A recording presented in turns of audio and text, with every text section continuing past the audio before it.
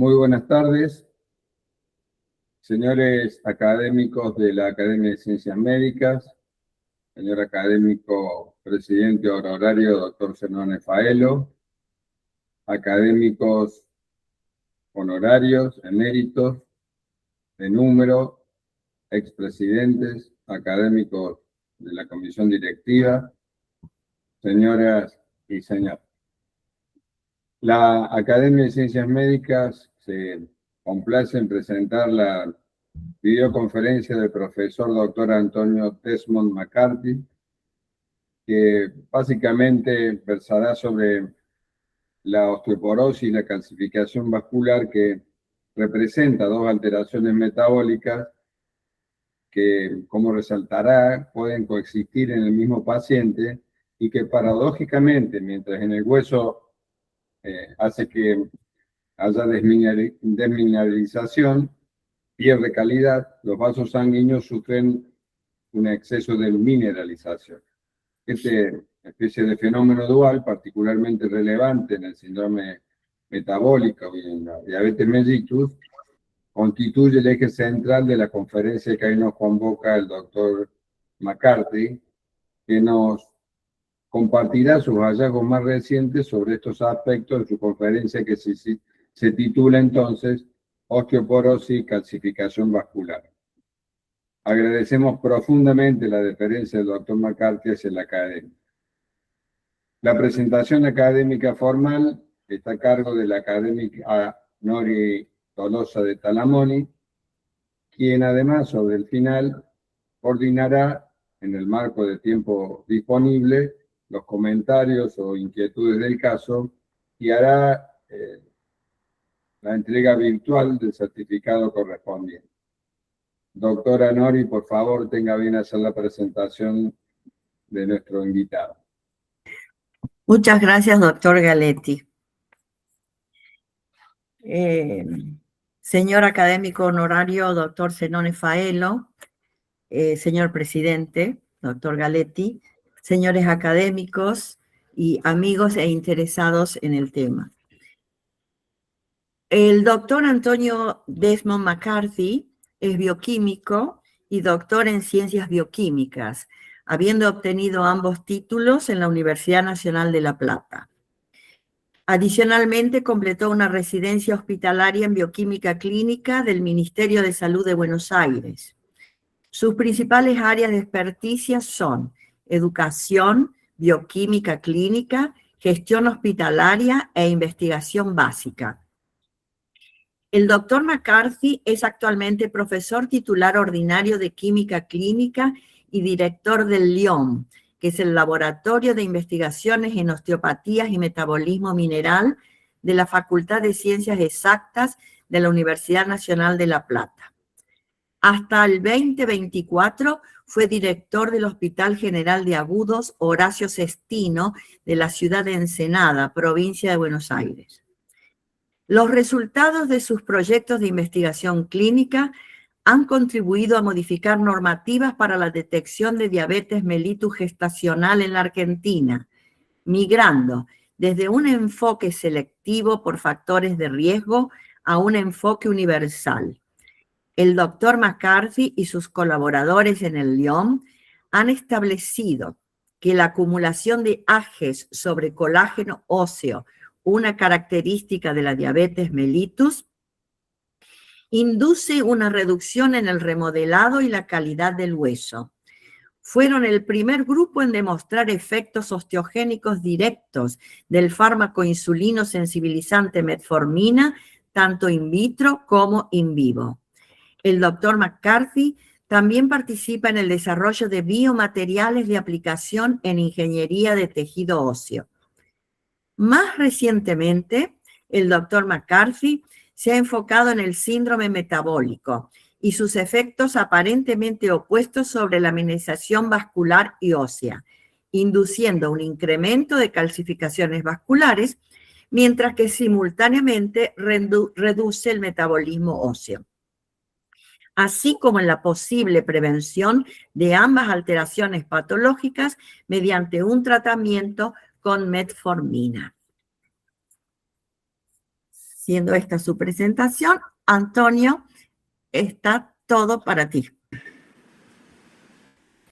Muchas gracias, Nori, por la presentación tan amable. Muchas gracias por esta invitación. Gracias a la Academia de Ciencias Médicas de Córdoba por esta invitación. Y mientras tanto vamos compartiendo pantalla.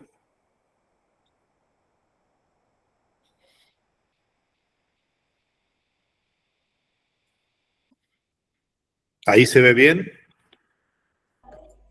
Perfecto, doctor. Va. Entonces, este es el título de mi disertación, Osteoporosis y calcificación vascular. En esta charla o esta disertación voy a intentar responder las siguientes preguntas.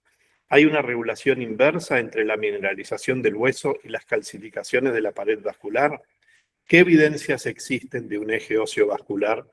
Y para contestar estas preguntas, estaremos analizando, por un lado, si la acumulación de calcificaciones vasculares aumenta el riesgo de fracturas óseas.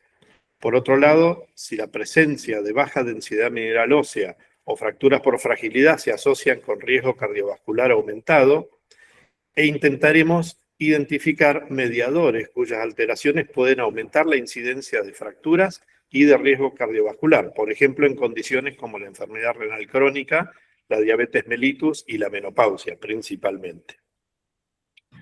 Como lugar de depósito mineral, la vasculatura adulta ocupa el segundo lugar después del tejido óseo. Las calcificaciones vasculares aumentan con la edad, especialmente en patologías como enfermedad renal crónica, en la diabetes, en la menopausia y en la dislipidemia. Las calcificaciones arteriales son importantes predictores de enfermedades cardiovasculares. Y aunque solemos asociar las calcificaciones vasculares con nuestro estilo de vida actual, occidental principalmente, existen evidencias de su existencia en personas que vivieron hace más de 3.500 años, como puede verse en esta princesa egipcia momificada. El primer artículo que relacionó la pérdida ósea con el aumento de la calcificación vascular se publicó en el British Medical Journal hace ya casi 60 años. Desde entonces, un creciente número de evidencias clínicas nos demuestra una relación bidireccional entre la mineralización ósea y vascular y la participación de varios mecanismos moleculares. De los estudios clínicos que se diseñaron para evaluar esta relación bidireccional entre la salud ósea y la cardiovascular y que se reportaron hasta la fecha, en realidad ninguno ha sido aleatorizado y controlado. Son todos observacionales y en algunos casos muestran resultados algo discordantes. Entonces, para estandarizar los resultados y para poder generar conclusiones que tengan mayor validez clínica, los principales estudios clínicos se consolidaron en dos metaanálisis complementarios recientemente publicados.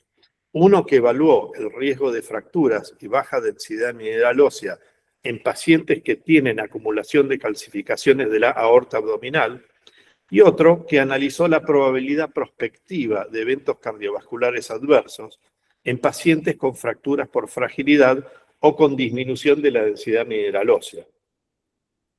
En el primero de estos metaanálisis se evaluaron datos de 86 ensayos clínicos, que incluyeron a más de 60.000 pacientes. La presencia de calcificaciones de la aorta abdominal se encontró que se asociaba significativamente, por un lado, con una disminución de la densidad mineral ósea en la cadera total, en el cuello femoral, en la columna lumbar y en el calcáneo. Esto con evidencia de calidad moderada.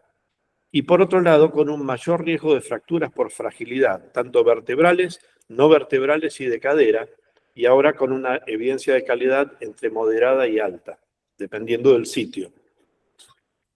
Los resultados de este primer metaanálisis muestran una correlación entre la presencia de calcificaciones de la aorta abdominal, que es un marcador, la verdad, fácilmente cuantificable de patología vascular, con una disminución de la densidad mineral ósea y con un aumento de la fragilidad ósea de los huesos que son irrigados por las ramas de la aorta abdominal. Y los autores proponen que la detección de estas calcificaciones de la aorta abdominal puede usarse para optimizar la predicción de fracturas y la reclasificación de pacientes. En el segundo metaanálisis se incluyeron 28 estudios clínicos que siguieron prospectivamente a casi 1.200.000 pacientes durante una mediana de 5 años. Los pacientes con densidad mineral ósea inicialmente baja, en calcáneo en el cuello femoral o en la cadera total, mostraron un aumento del 33%, un tercio, en el riesgo de eventos cardiovasculares adversos a lo largo del seguimiento de los estudios. Es decir, de eventos coronarios, cerebrovasculares o mortalidad cardiovascular global. Concretamente, como se ve en la tabla, cada disminución de un desvío estándar en la densidad mineral ósea se asoció con un aumento del 44% en el riesgo coronario, del 28% en el riesgo cerebrovascular y del 22% en la mortalidad cardiovascular global.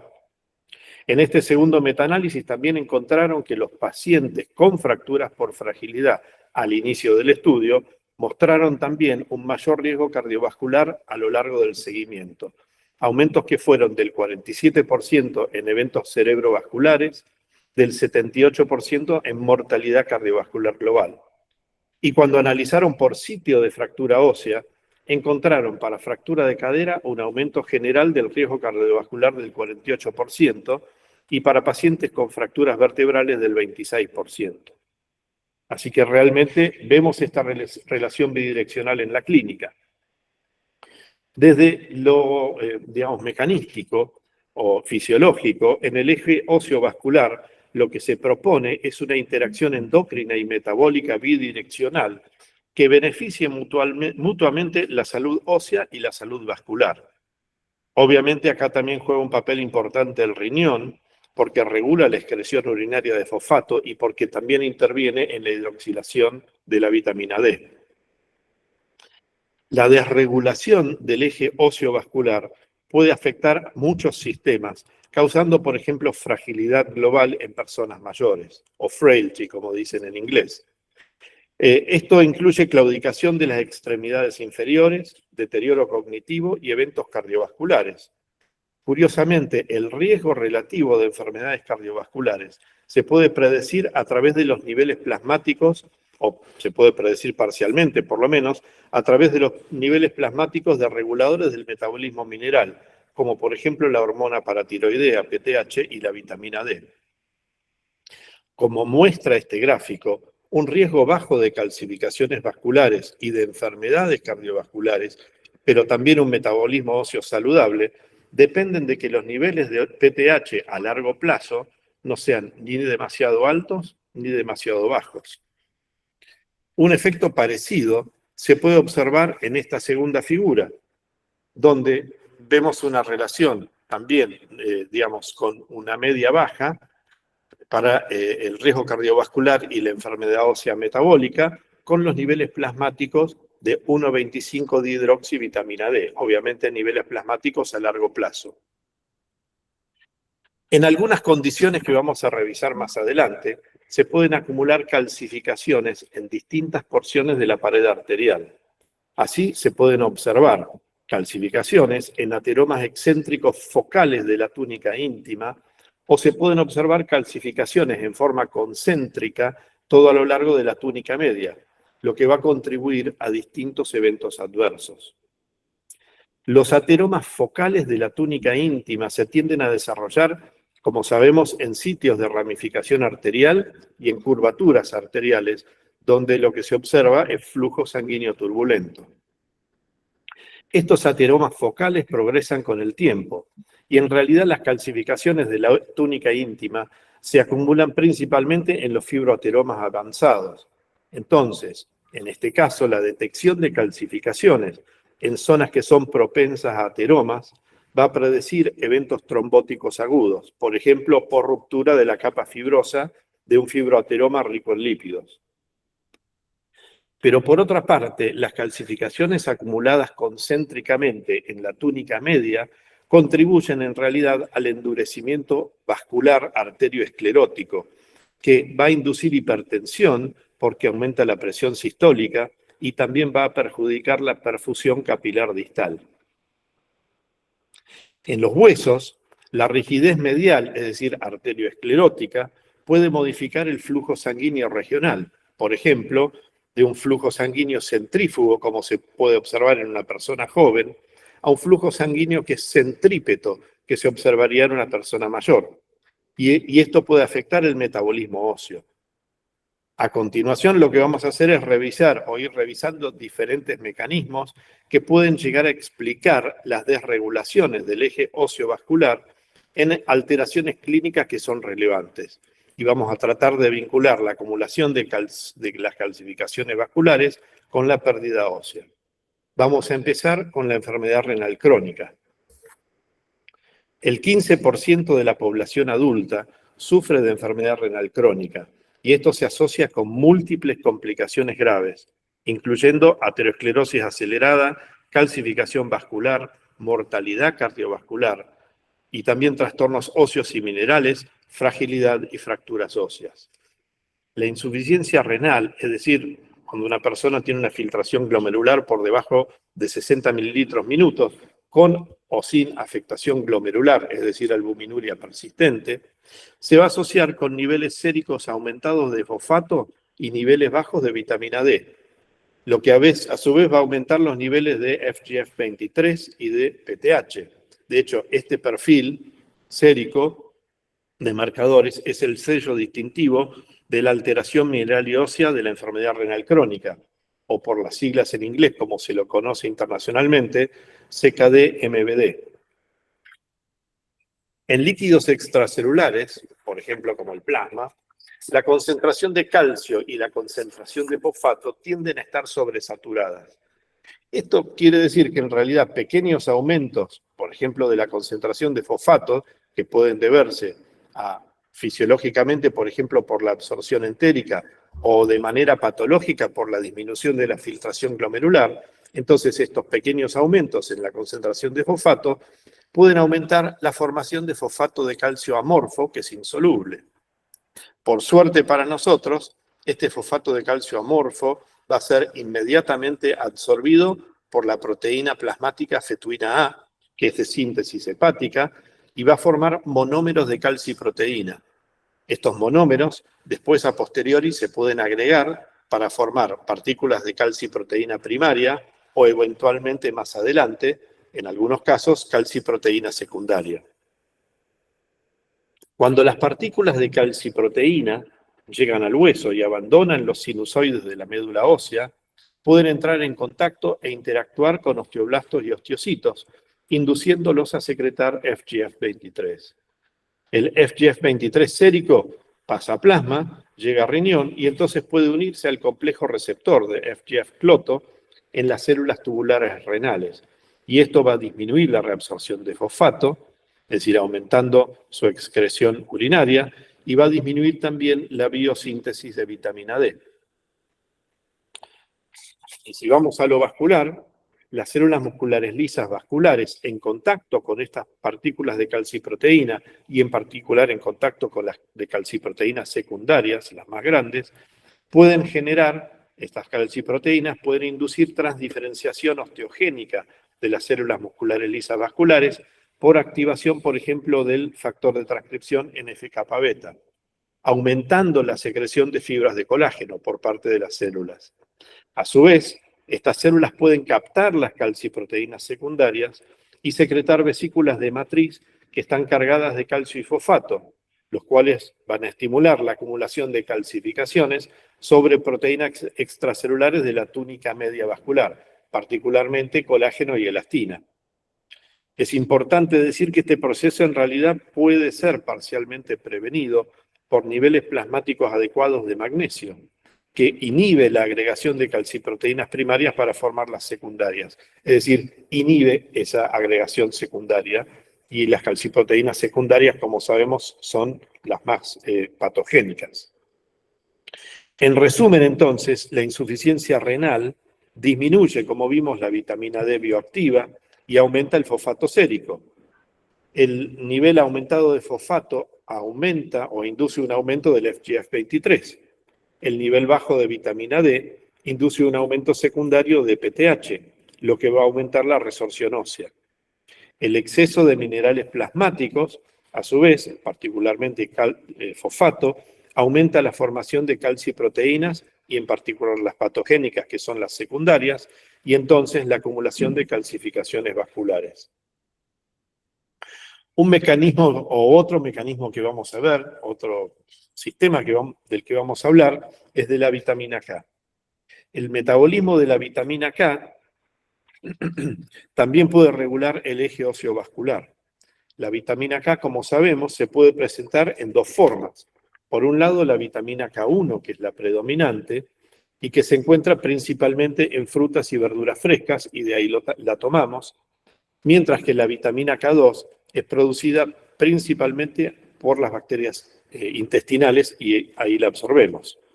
La vitamina K es necesaria para la gamma-glutamil carboxilación de varias proteínas, por ejemplo, los factores de coagulación plasmáticos, pero también a nivel óseo la osteocalcina y a nivel de la vasculatura la proteína de la matriz GLA o MGP de la pared vascular. Cuando la osteocalcina se carboxila, lo que hace es promover la mineralización de la matriz ósea, pero cuando el MGP vascular se carboxila, inhibe la acumulación de calcificaciones arteriales. Entonces, de hecho, lo que esperaríamos es que cualquier condición que se asocie con un déficit de vitamina K disminuyera la mineralización ósea, porque la osteocalcina está subcarboxilada, y aumentara las calcificaciones vasculares, porque la MGP está subcarboxilada.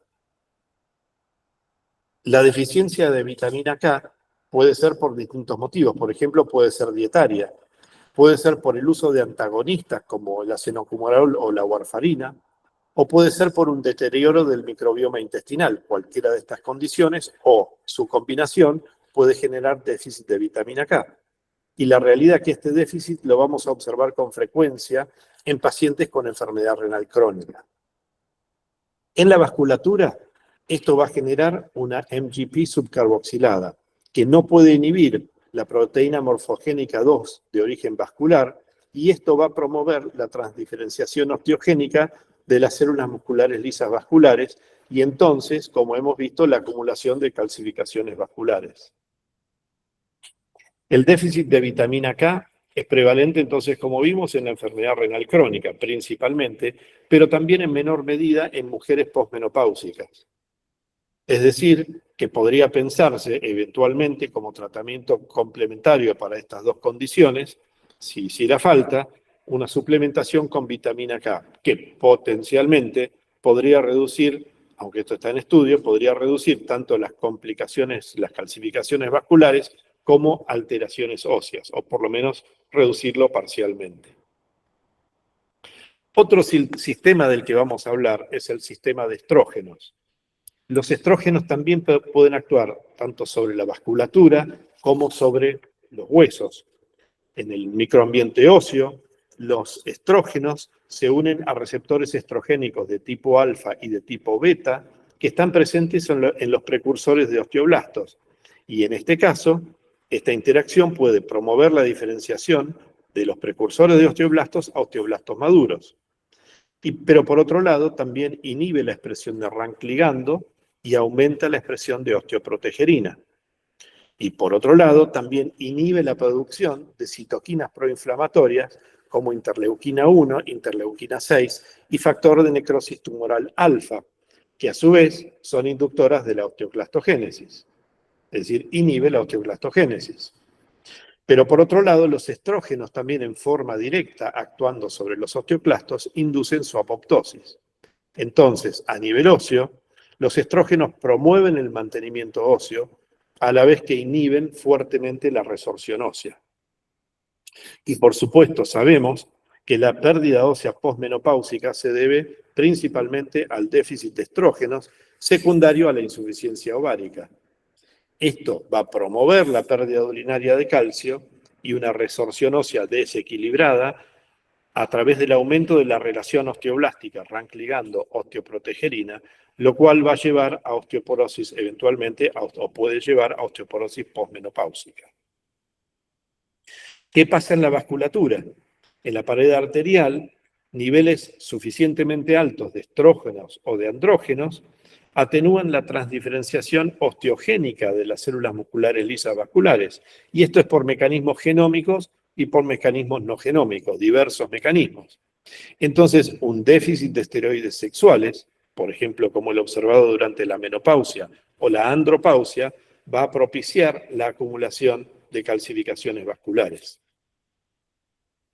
Los fitoestrógenos son compuestos nutracéuticos con un interesante potencial de uso alternativo en la terapia de reemplazo hormonal para la menopausia. En particular, el grupo de la doctora Masheimer en Bahía Blanca ha investigado extensamente a la genisteína, que es un fitoestrógeno muy abundante en la soja, por ejemplo, que presenta similitudes estructurales con el estradiol.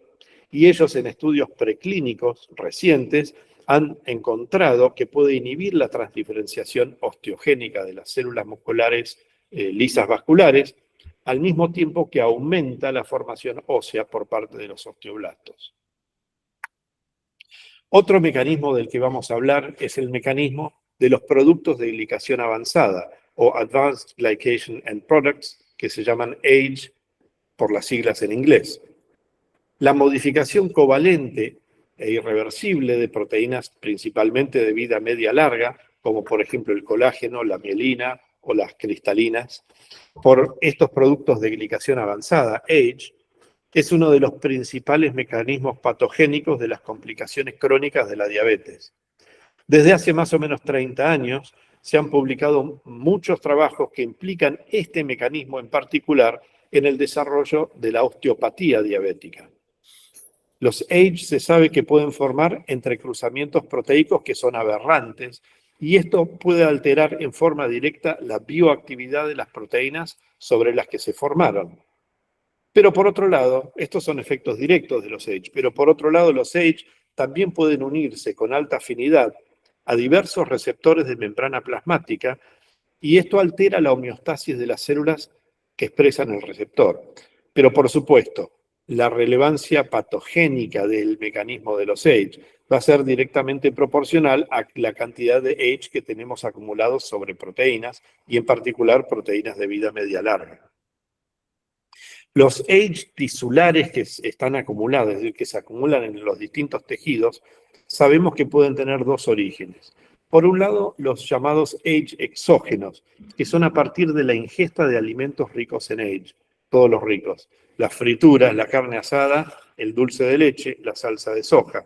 Estos AGE los absorbemos al torrente sanguíneo a partir de la luz intestinal y se pueden pegar químicamente a proteínas nuestras, a proteínas tisulares. Pero también nosotros generamos AGE endógenos formados por la reacción no enzimática entre grupos amino libres de proteínas con glucosa, por ejemplo, o con dicarbonilos reactivos.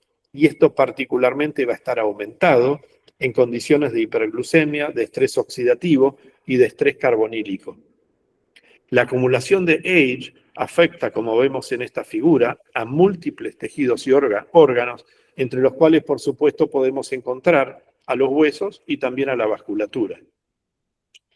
En particular, en la vasculatura, la acumulación de AGE sobre las fibras de colágeno y también de elastina que están en la túnica media principalmente, contribuye a la rigidización arterial.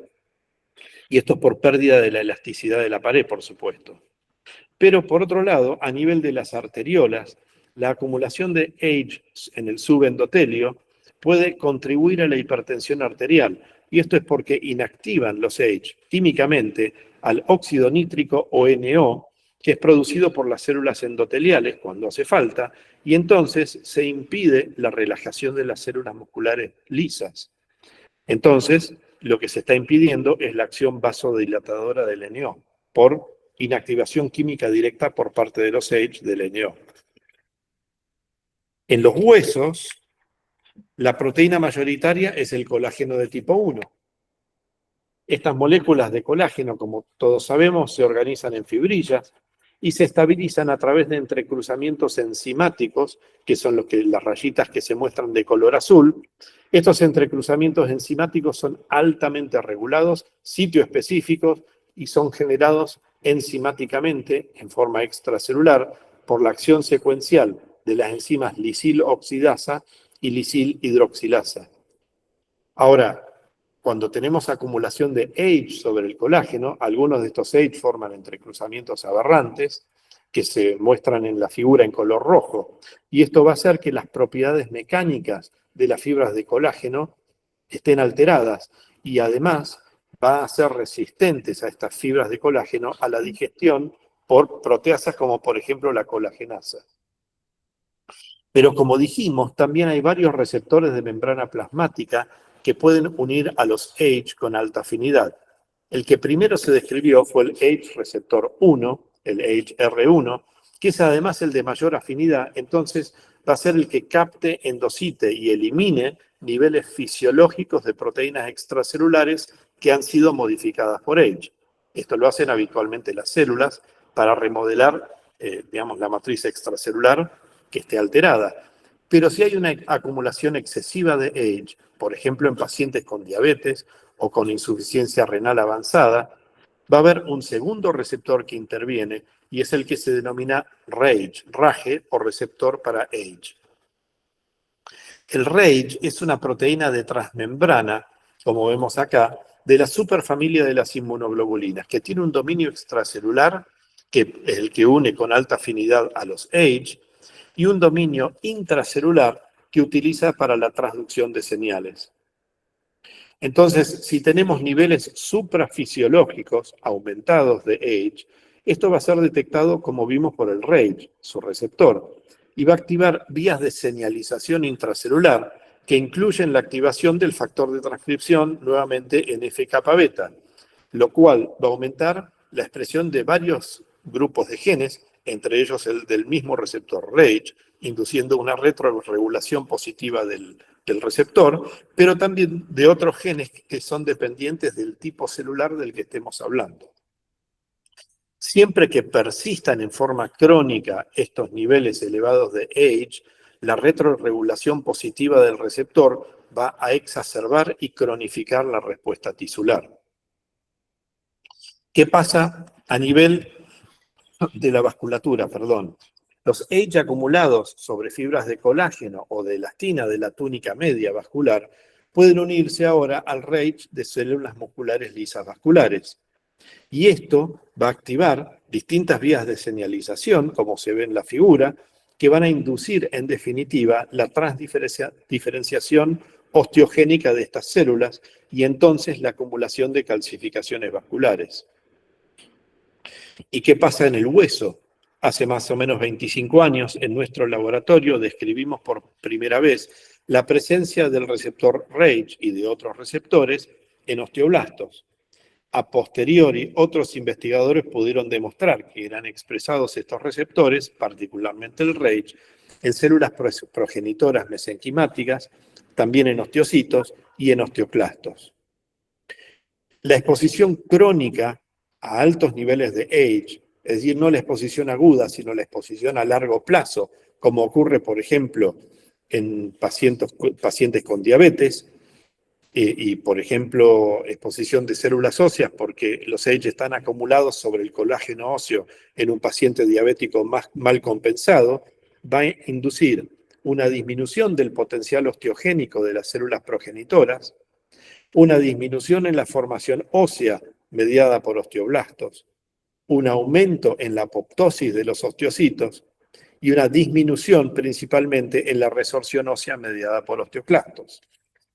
Entonces, en resumen, lo que esto nos va a llevar en condiciones de exceso de carbohidratos o de estrés oxidativo o de estrés carbonílico en la acumulación de H sobre el colágeno óseo, lo cual va a generar, por cambios en el entrecruzamiento del colágeno, alteración de las propiedades mecánicas del hueso, esto por modificaciones directas del colágeno. Pero por otro lado, por interacción de los H con su receptor RAGE en células óseas, pérdida de osteocitos y disminución del remodelado óseo, lo cual a su vez va a empeorar la calidad del hueso.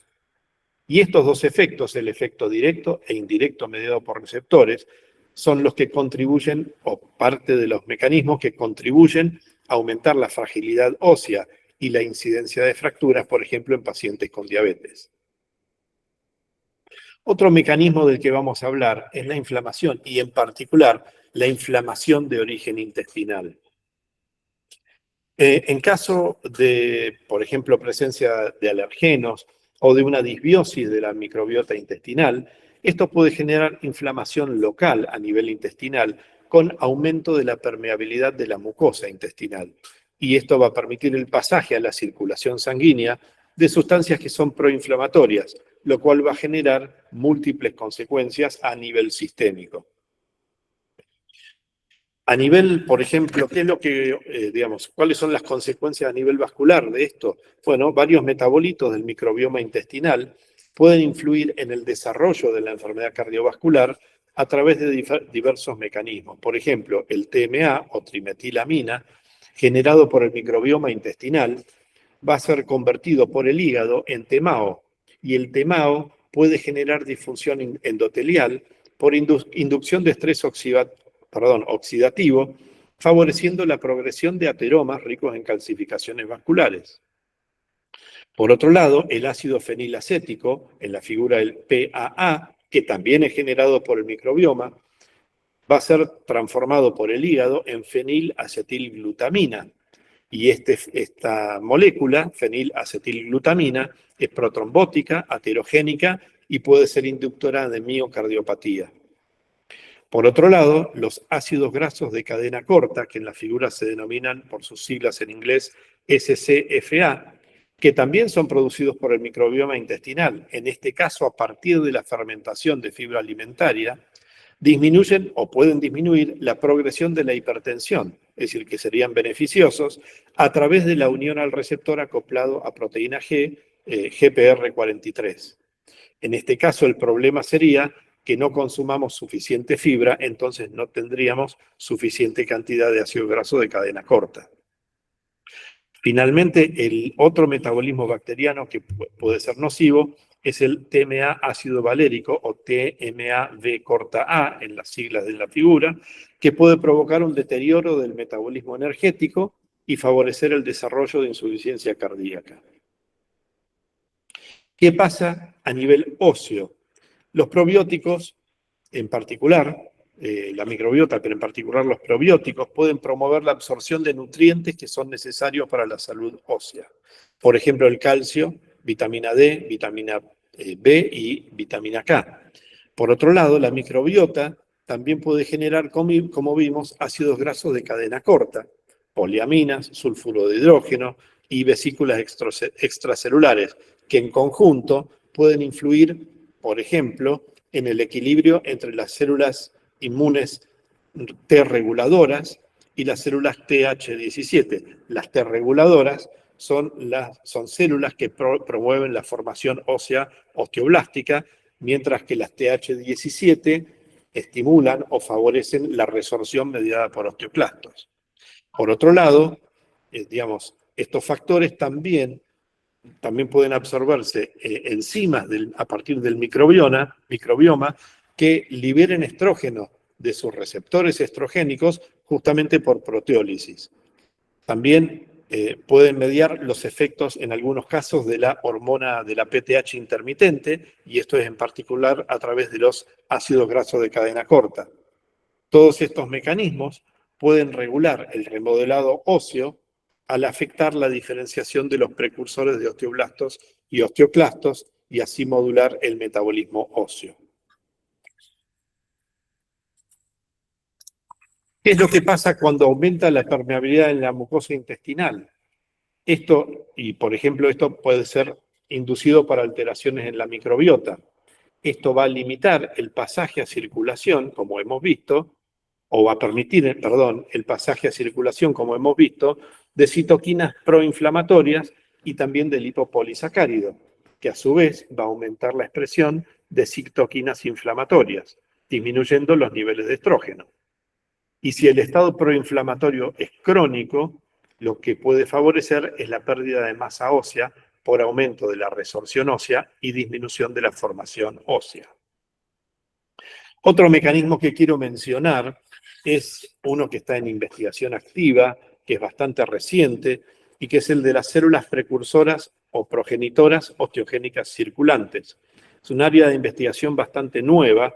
Estas son células madre progenitoras circulantes que provienen de la médula ósea, en tránsito en la circulación desde la médula ósea hasta hacia sitios de regeneración tisular, particularmente reparación ósea, y que pueden ser de origen hematopoyético o mesenquimal. Estas dos poblaciones, sean hematopoyética o de origen hematopoyético o mesenquimal, van a expresar marcadores asociados con la formación ósea, como la osteocalcina, la fosfatasa alcalina y el colágeno de tipo 1. La movilización de estas células precursoras o progenitoras osteogénicas circulantes desde la médula ósea, inducida por quimiotaxis principalmente, se vinculó con lesiones y con inflamación, lo cual sugiere un papel importante en la regeneración tisular. Estas células precursoras osteogénicas circulantes se han encontrado en ateromas calcificados, y esto en realidad sugiere, pero no prueba, que están implicadas en la calcificación vascular. No está claro si desempeñan, por ejemplo, un papel causal. En pacientes con osteoporosis primaria, por ejemplo, osteoporosis posmenopáusica, está aumentado el número de células precursoras osteogénicas circulantes, pero en realidad lo que está muy disminuido es la capacidad osteogénica de estas células. Y por otro lado, en situaciones de osteoporosis secundaria, por ejemplo, en la osteopatía diabética, hay una disminución significativa en el número de células precursoras osteogénicas circulantes. Otro mecanismo del que quiero hablar es el mecanismo del estrés o inducido por estrés oxidativo. Hay múltiples reacciones y múltiples procesos intra- y extracelulares que van a inducir la formación de especies de oxígeno reactivas, o ROS.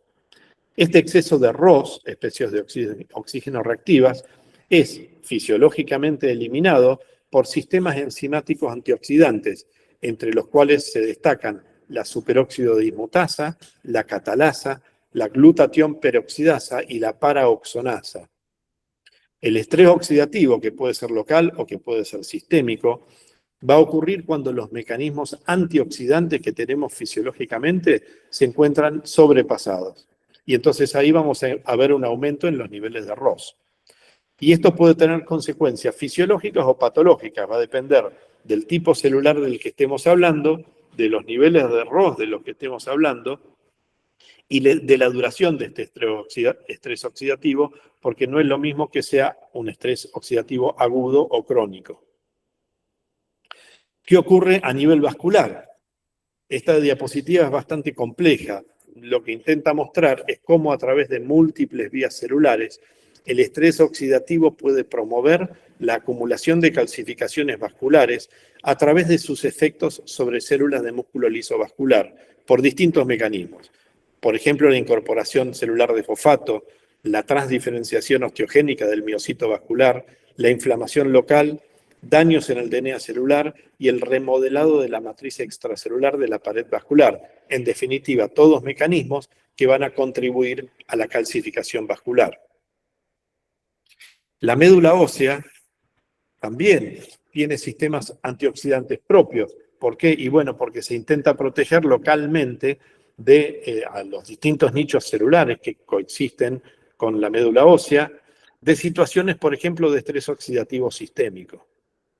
En situaciones clínicas como, por ejemplo, pacientes con diabetes o con enfermedad renal crónica, estos mecanismos antioxidantes locales de la médula ósea en realidad resultan insuficientes.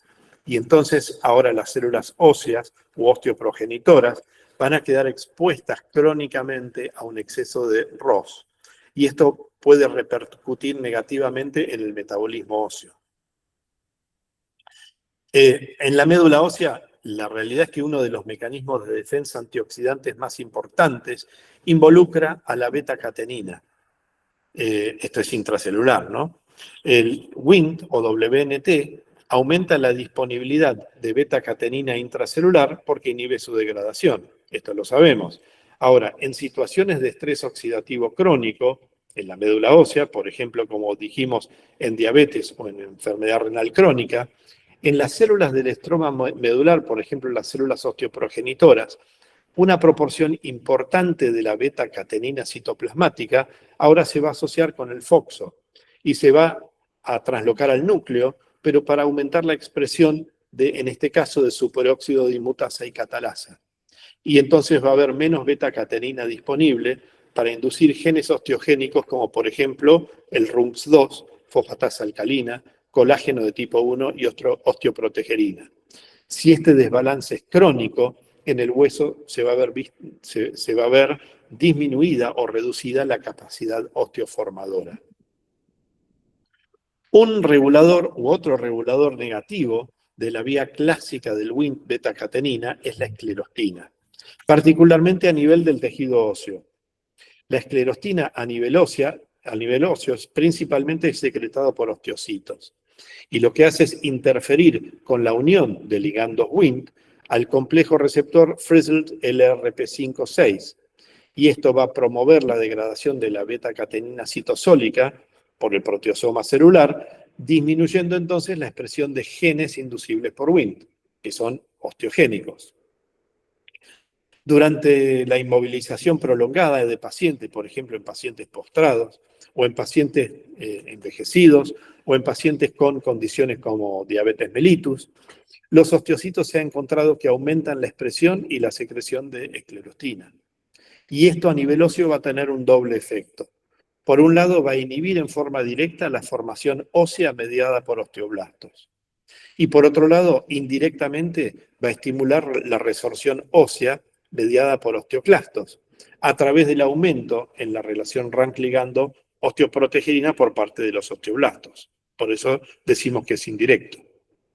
El tratamiento con fármacos como el romosozumab, que es un anticuerpo humanizado antiesclerostina, muy utilizado, va a aumentar la formación ósea a la vez que disminuye la resorción ósea, lo cual es lógico porque estamos inhibiendo o bloqueando la acción de la esclerostina. Sin embargo, algunos autores, aunque no todos, han encontrado posibles efectos cardiovasculares, tal vez adversos, del romosozumab, que ha llevado a otros investigadores a investigar si la esclerostina también pueda tener efectos a nivel de la pared vascular. Y la realidad es que sí. Estudios clínicos y básicos muestran que la esclerostina también puede expresarse en la pared vascular, en particular por células de músculo liso vascular, y en particular también en ateromas tempranos. Esta esclerostina de producción vascular actúa localmente generando, por un lado, una disminución de la transdiferenciación osteogénica de células de músculo liso vascular, y así disminuyendo la acumulación de calcificaciones vasculares. Recordemos que esto es expresado en ateromas tempranos, no en cualquier lugar de la vasculatura. Y por otro lado, la esclerostina a nivel vascular va a promover el cambio de macrófagos que se asocian a la lesión temprana a un fenotipo antiinflamatorio, es decir, de tipo M2, lo cual promueve a inhibir o es proclive a inhibir la progresión del ateroma. En estudios bastante elegantes que ha hecho recientemente Zhang y colaboradores, han podido demostrar que los efectos óseos, es decir, antianabólicos óseos y procatabólicos óseos, y los efectos cardioprotectores de la esclerostina, en realidad dependen de la interacción diferencial del loop 2 y del loop 3 de la esclerostina con diferentes receptores celulares específicos de tejido. Entonces, lo que se busca actualmente es el diseño de drogas que puedan interferir, por ejemplo, si se quiere un efecto óseo, que interfieran solo con la unión a receptores óseos, lo cual va a permitir el desarrollo de fármacos puramente osteoactivos y que no tengan complicaciones, por ejemplo, cardiovasculares. Como hemos visto a lo largo de esta charla, y como para ir cerrando, en esta diapositiva integradora, vemos que múltiples factores locales y sistémicos controlan la mineralización extracelular. En la pared vascular y en el hueso, un equilibrio que es bastante delicado entre mediadores procalcificantes y anticalcificantes, en definitiva van a determinar el grado de acumulación de hidroxiapatita en cada uno de estos tejidos y por ende su funcionalidad. Entonces, en conclusión, podemos decir que en los últimos 60 años se ha acumulado mucha evidencia clínica que indica una regulación inversa entre la osteogénesis y las calcificaciones arteriales. Por un lado, pacientes con calcificaciones arteriales muestran un riesgo aumentado para fracturas osteoporóticas y por otro lado, como hemos visto, pacientes con osteoporosis muestran un aumento de su riesgo cardiovascular. Las calcificaciones arteriales que se asocian su acumulación con enfermedad renal crónica, diabetes mellitus, envejecimiento, menopausia, pueden acumularse en la túnica íntima como marcadores de ateromas avanzados o en la túnica media como marcadores de rigidez vascular. Esta regulación inversa hemos visto que puede deberse a distintos mecanismos. Por ejemplo, en la enfermedad renal crónica, altos niveles de fosfato y bajos niveles de vitamina D aumentan FGF23 y PTH, lo cual induce alteraciones óseas por un lado y calcificación vascular por el otro. También en la enfermedad renal crónica, principalmente, un déficit de vitamina K disminuye o puede disminuir la carboxilación de MGP y esto va a promover la calcificación vascular, pero también disminuye la calcificación de osteocalcina que puede alterar la mineralización ósea. En pacientes con diabetes mellitus y con enfermedad renal terminal, los AGE en exceso se pueden unir a su receptor RAGE, aumentando tanto el riesgo de fracturas óseas como también de calcificaciones vasculares. Y como hemos visto, otros mediadores, por ejemplo, células osteoprogenitoras circulantes, estrógenos, esclerostina, estrés oxidativo, cambios en la microbiota intestinal, también pueden regular de manera inversa tanto el remodelado óseo como la aparición o acumulación de calcificaciones vasculares. Bueno, muchísimas gracias por su atención. Nuevamente, muchas gracias por la invitación y quedo atento ahora a sus preguntas e intentaré responder lo mejor posible. Bueno, muchísimas gracias, Antonio. Excelente tu presentación. No esperaba menos. Hay tantos mecanismos, tanto para que hablar, ¿no?, sobre esto. Bueno, está sujeta la conferencia a preguntas de parte de todos los participantes, ya sea en forma oral o que lo escriban. Doctor Bartolomé Allende, El levanta la doctor mano. Allende. Muy buenas tardes. Buenas tardes. Doctor McCarthy, lo felicito por la conferencia. Muchas gracias. Lo que me llamó la atención es que usted no mencionó la actividad física. Yo creo para el hueso la actividad física es fundamental, lo mismo que la dieta. O sea que si nosotros, ortopedistas, consideramos que lo fundamental para proteger el hueso es cuidar la naturaleza, ya que la función crea la forma, la función guía y el órgano lo sigue, que es un principio básico de la medicina. Sí, sí, Perdón, es así. Perdón el comentario. No, tiene razón.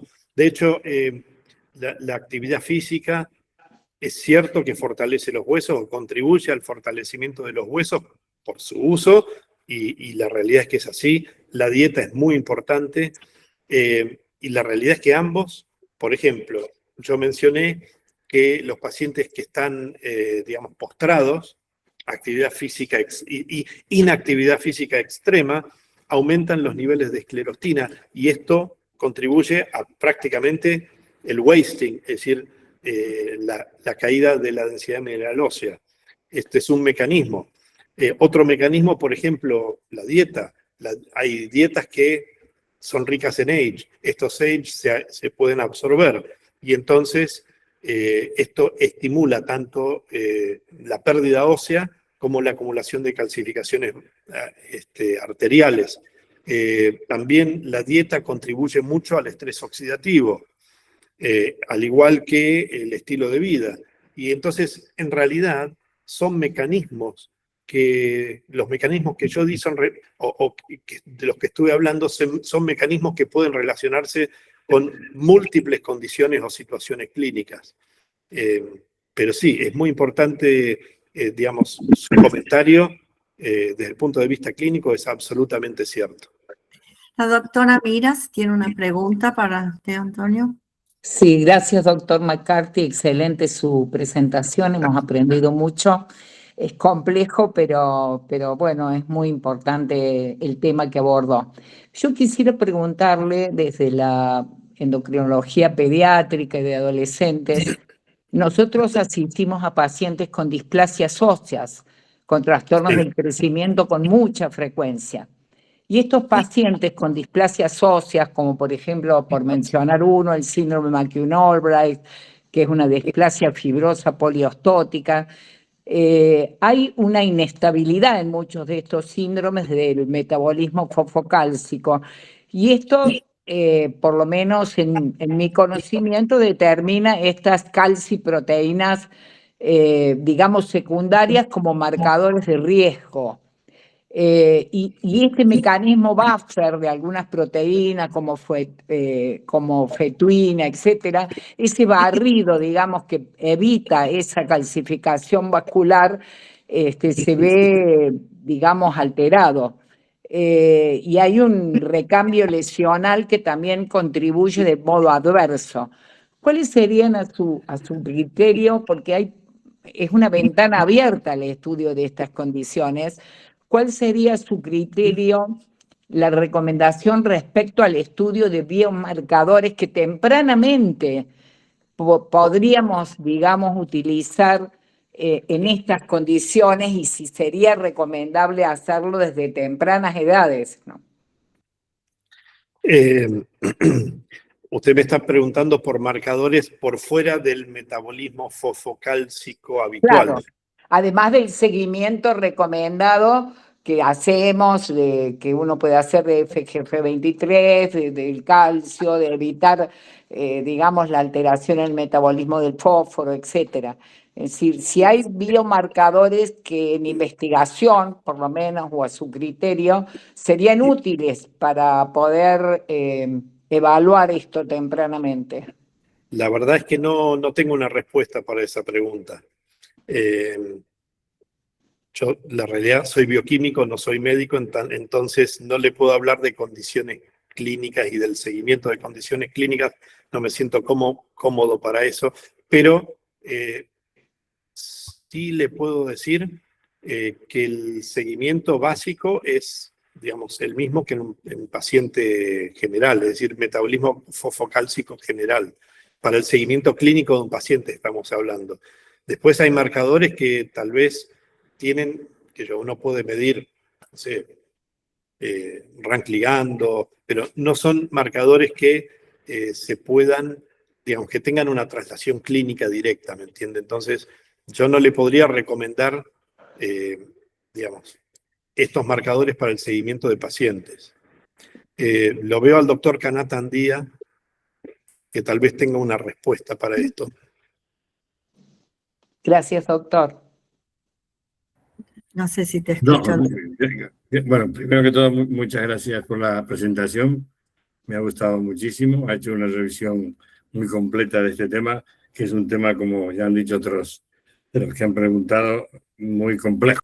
Entonces, yo no tengo respuesta para la pregunta de la doctora Miras tampoco, porque al fin y al cabo, quizás para generalizar, es decir, de lo que ha estado hablando el profesor McCarthy, es que de dos fenómenos que se asocian con el envejecimiento, ¿no? Es decir, toda la vida hemos visto que aumentan las calcificaciones vasculares y disminuye la densidad mineral ósea y por eso aumentan las fracturas, y siempre hemos pensado que eso no es una enfermedad, que eso es causa del envejecimiento. Ha sido en los últimos 15 o 20 años cuando nos hemos preguntado un poco más, ¿no? Entonces, si bien no tengo respuesta para esa pregunta, sí que tengo una pregunta que ya tenía para hacerle al doctor McCarthy. Es decir, nosotros siempre, desde que empezamos a trabajar sobre este tema, pues hemos pensado que es el huevo o la gallina.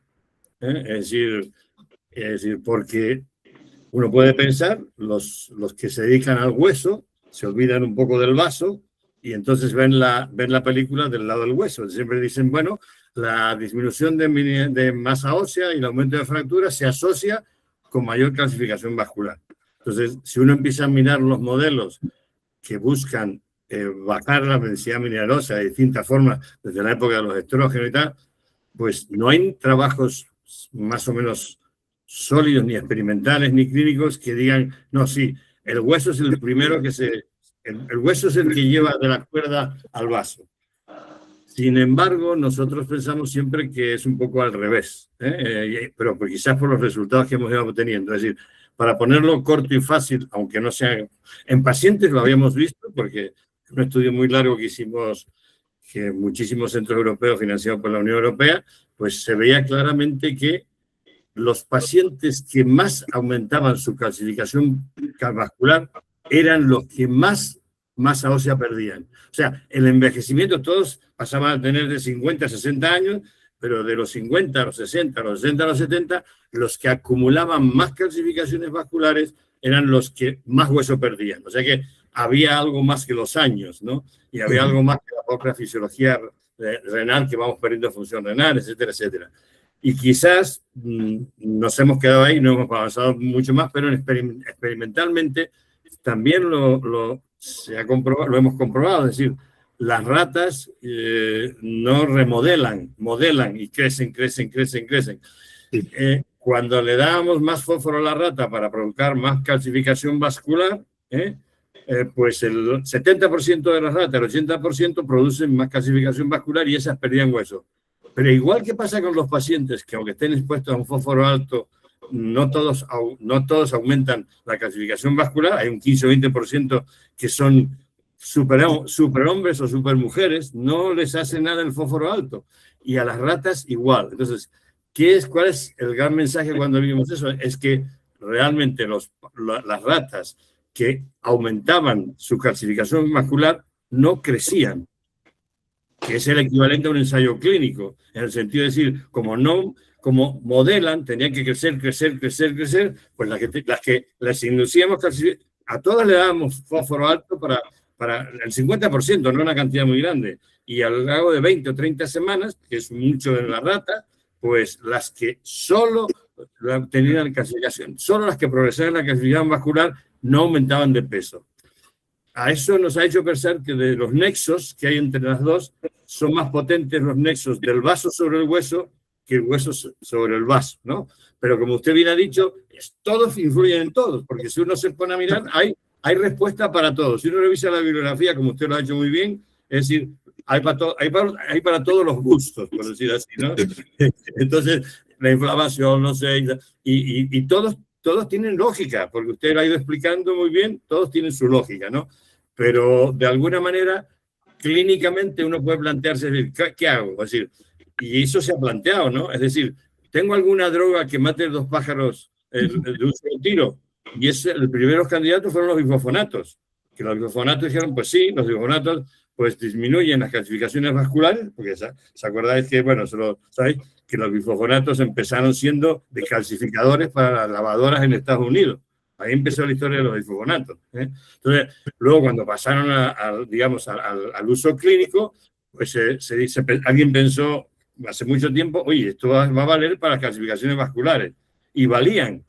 Pero la dosis que había que dar de bifosfonato para disminuir las calcificaciones vasculares disminuía tanto el remodelado óseo que si el paciente se exponía a calcio, se le depositaba más. Entonces, entrabas en un círculo vicioso muy difícil de salir, ¿no?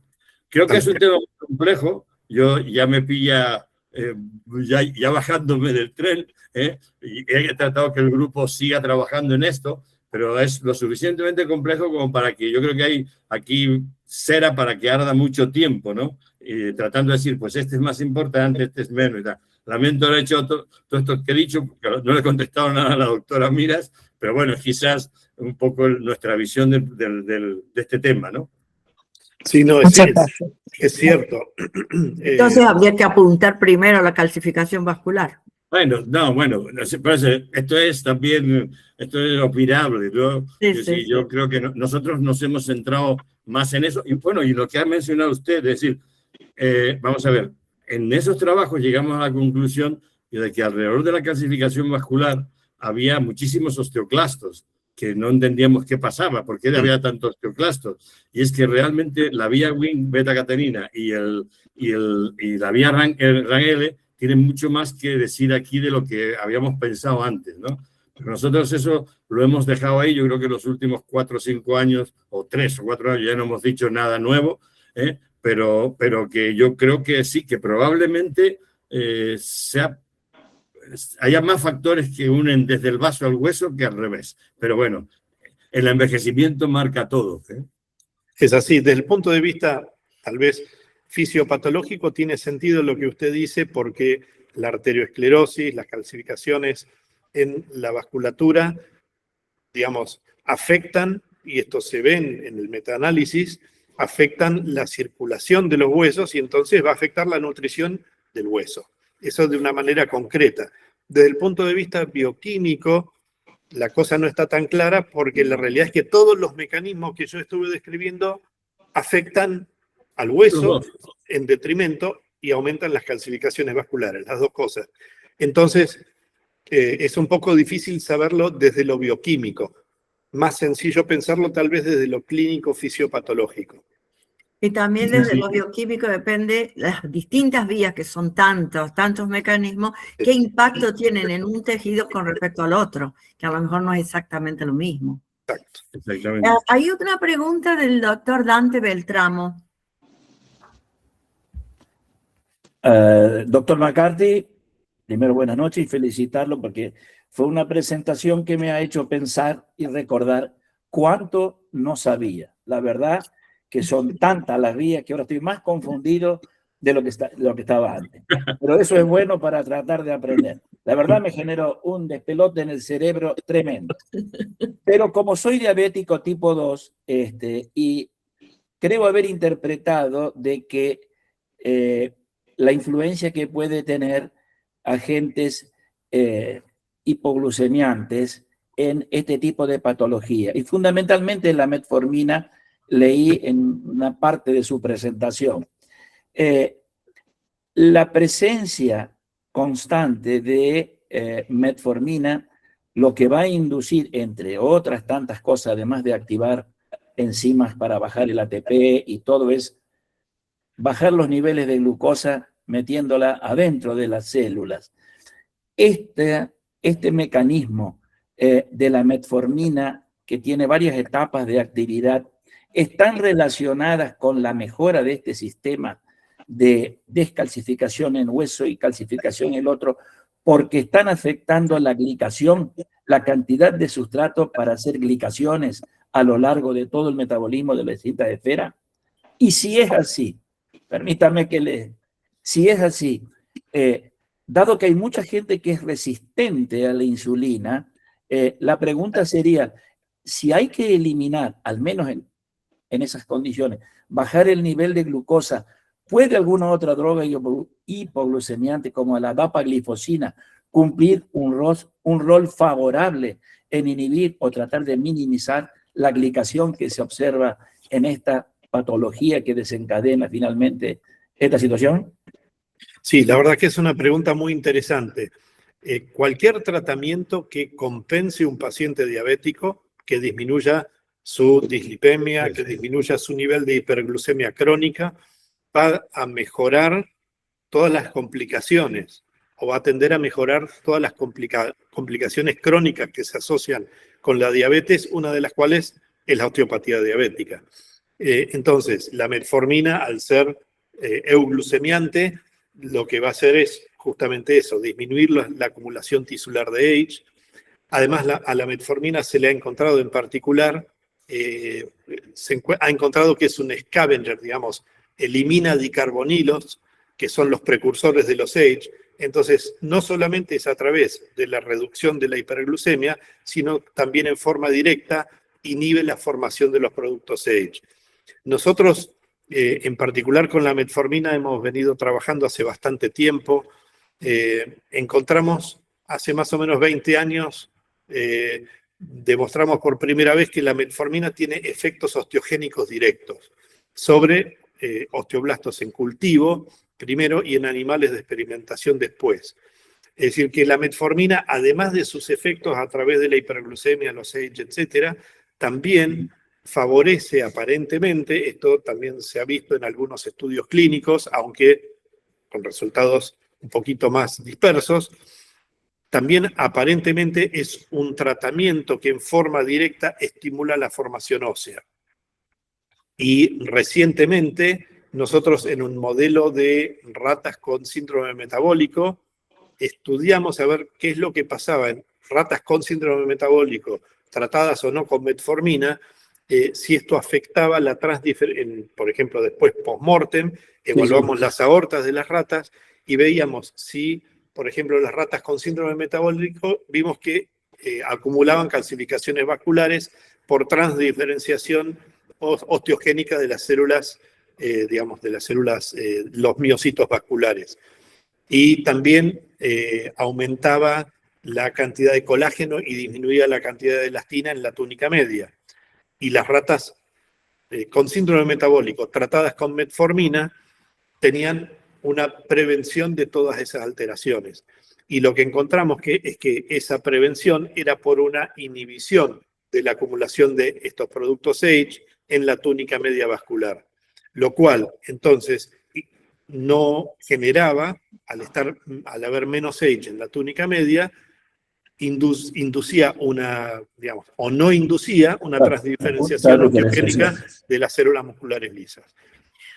Y entonces no se acumulaban calcificaciones vasculares.